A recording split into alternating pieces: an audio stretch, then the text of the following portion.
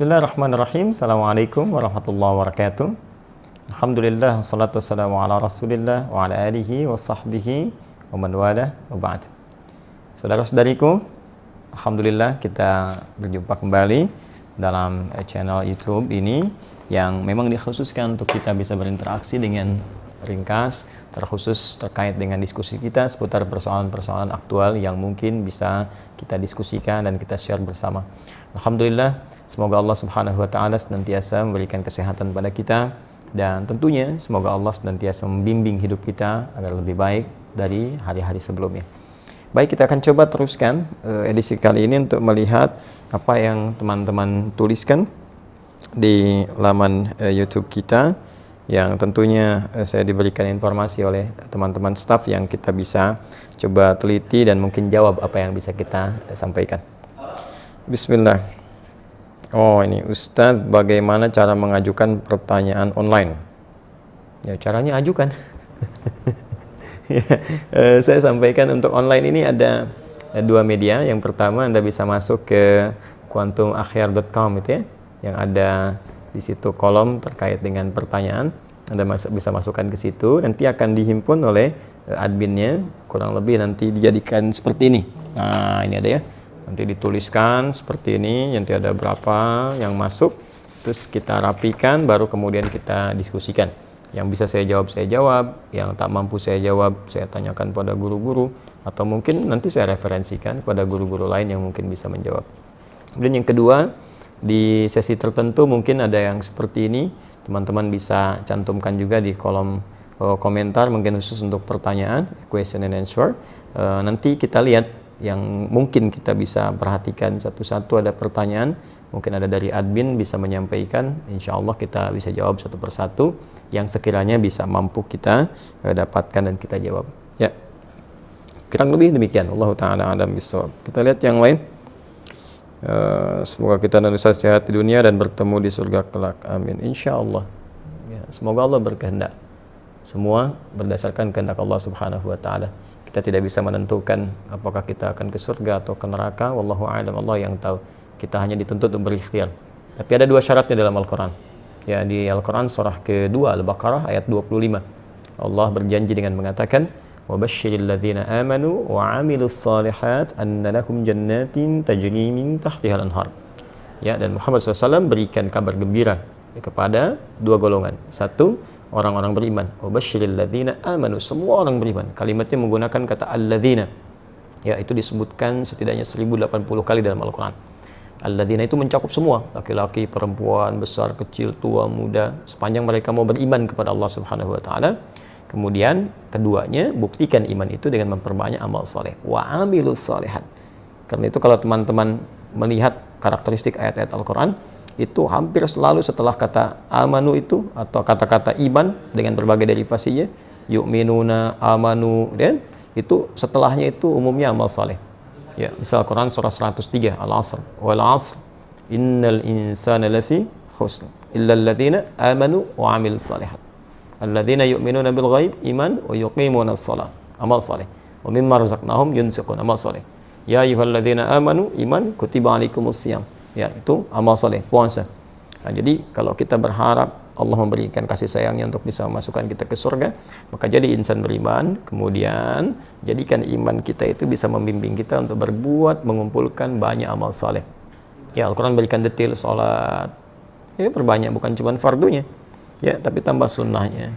Ya, kalau cuma fardu, anak kecil juga yang belajar fardu juga, tambah dengan sunnahnya.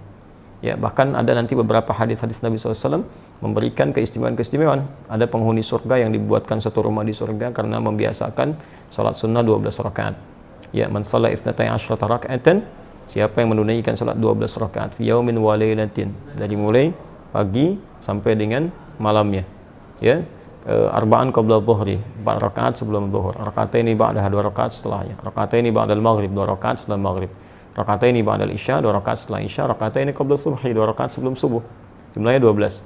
Sebelum subuh 2 rakaat, sebelum zuhur 4 rakaat, 6, setelah zuhur 2 rakaat, 8, setelah maghrib 2 rakaat, 10, setelah isya 2 rakaat, 12. Bunyalahu bihinna baitun fil jannah. Maka Allah akan bangunkan baginya satu rumah di surga. Masya Allah. Ya. Nah, jadi Itu ikhtiar kita, usaha kita, perbanyak amal saleh, puasa tambah puasa sunnah, baca Al-Quran dengan baik. Adapun persoalan ke surga atau tidak, Allah yang tentukan. Karena itu dalam setiap kesempatan kita selalu berdoa, bahkan terkadang kami saling mendoakan. Saya mendoakan orang lain mungkin mendoakan kita juga, dan selalu ditutup dengan kalimat insya Allah, jika Allah berkehendak dengan semua itu.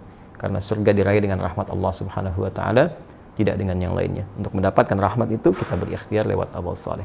Ya, Allah Ta'ala a'lam bis-shawab. Coba kita lihat lagi. Lagi nih. Oh, ini sama dengan yang tadi ya. Ustaz, kalau mau mengajukan pertanyaan lewat online, ke channel mana Ustaz? Tadi sudah kita jawab ya. Baik. Ada lagi yang lain. Bolehkah kita mendoakan yang jelek-jelek kepada orang yang menyakiti kita Ustaz? Dan bolehkah kita bersyukur kepada Allah bila dikabulkan? Terima kasih sebelumnya. Apa yang mau didapat? Ya, kita share satu aja ya. Dalam Al-Quran itu ada ayat di Al-Quran surah ketiga Ali Imran ayat 128 sampai 129. Ini saya berikan gambaran kisahnya dulu. Nabi SAW di awal masa dakwah itu kedatangan satu utusan ya, dan mengatakan bahwa satu desa tuh masyarakatnya masuk Islam. Senang Nabi, lalu minta orang-orang itu untuk dikirimkan dai untuk mengajar. Dikirim oleh Nabi 70 orang, dalam riwayat disebutkan kurang lebih 70 orang penghafal Quran ya, ahli Quran, orang-orang yang menguasai agama dengan baik pada masa itu ya, dengan kadar yang mungkin didapatkan pada saat itu.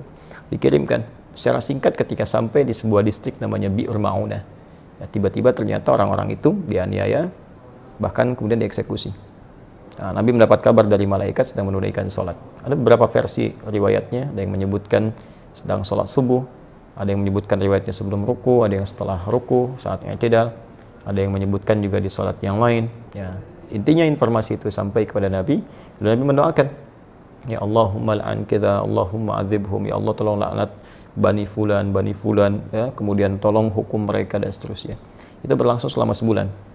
Nah, doanya terasa keras ya, tolong hukum bani fulan, tolong hukum mereka, tolong laknat mereka. Apa yang terjadi? Kemudian Allah turunkan Al-Quran surah ketiga Ali Imran ayat 128.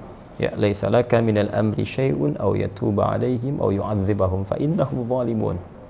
Ya Muhammad sallallahu alaihi wasallam, engkau tidak punya hak ya untuk bisa memutuskan seperkara terkait dengan hukuman ataupun memberi petunjuk pada seseorang yang dimaksudkan langsung menanamkan hidayah kepadanya, kecuali itu atas izin Allah Subhanahu wa Ta'ala. Nah, namun yang paling indah, Allah ingin memberikan sebuah arahan seperti ini. Ya, ini sifat maksum Nabi. Jadi ini bagian dari sifat maksum Nabi, yang kalau di situ ada sesuatu yang kurang tepat, Allah luruskan. Berhak Nabi meminta. Ya, berhak Nabi meminta. Ya Allah, hukum si fulan, berikan hukuman setipa, berhak. Tapi Allah berikan suatu arahan yang lain dengan hikmah tertentu. Ya, Allah ingin sampaikan bahwa kalau di awal masa dakwah sedang meminta seperti ini, nanti umat itu tidak akan tersisa. Ya, seperti umat-umat yang sebelumnya, ya pernah berbuat zalim, kemudian nabinya meminta kepada Allah dihukum, hukum selesai. Tapi Allah ingin berikan sebuah pelajaran bahwa ke depan akan ada ujian lebih besar daripada ini. Maka diberikan sebuah tahapan bersabar, bersabar, sampai kesabaran itu kemudian memuncak, sampai kemudian pada tingkat maksimal sehingga bisa mengatasi tantangan yang lebih berat lagi.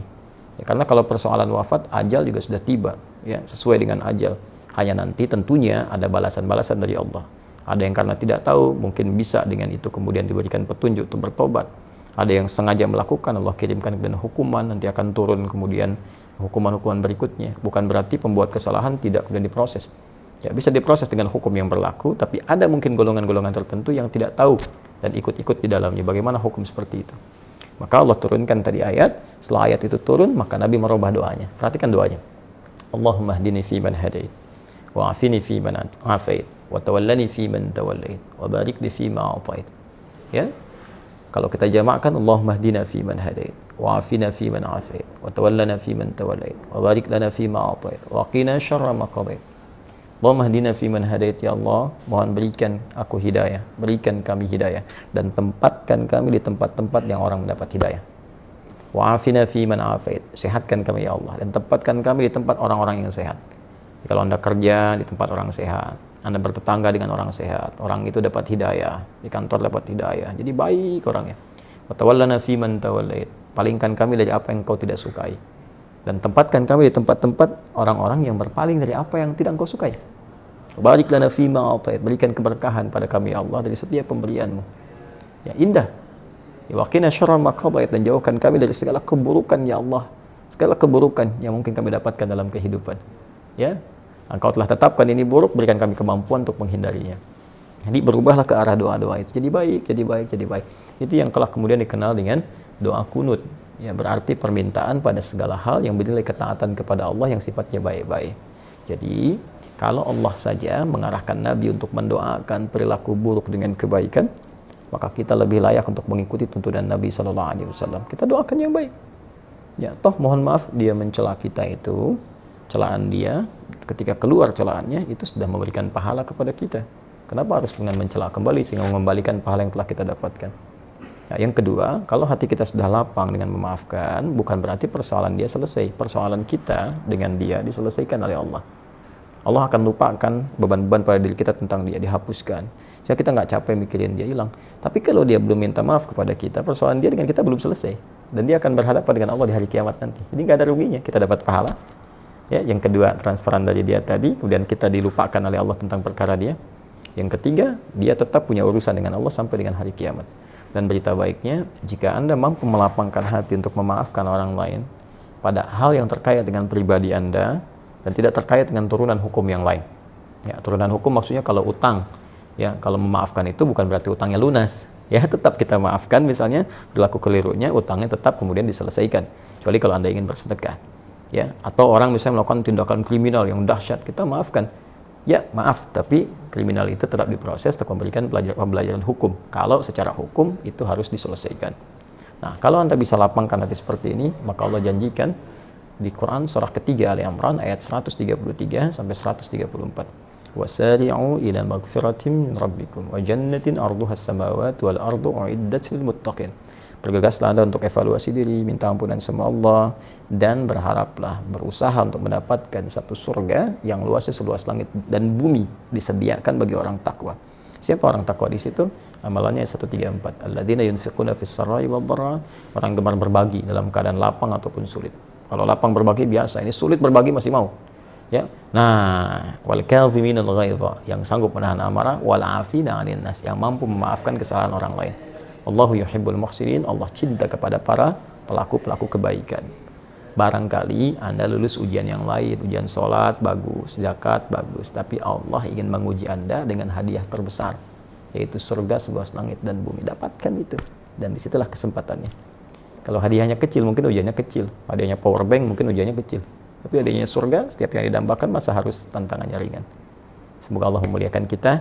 Terima kasih. Assalamualaikum warahmatullahi wabarakatuh.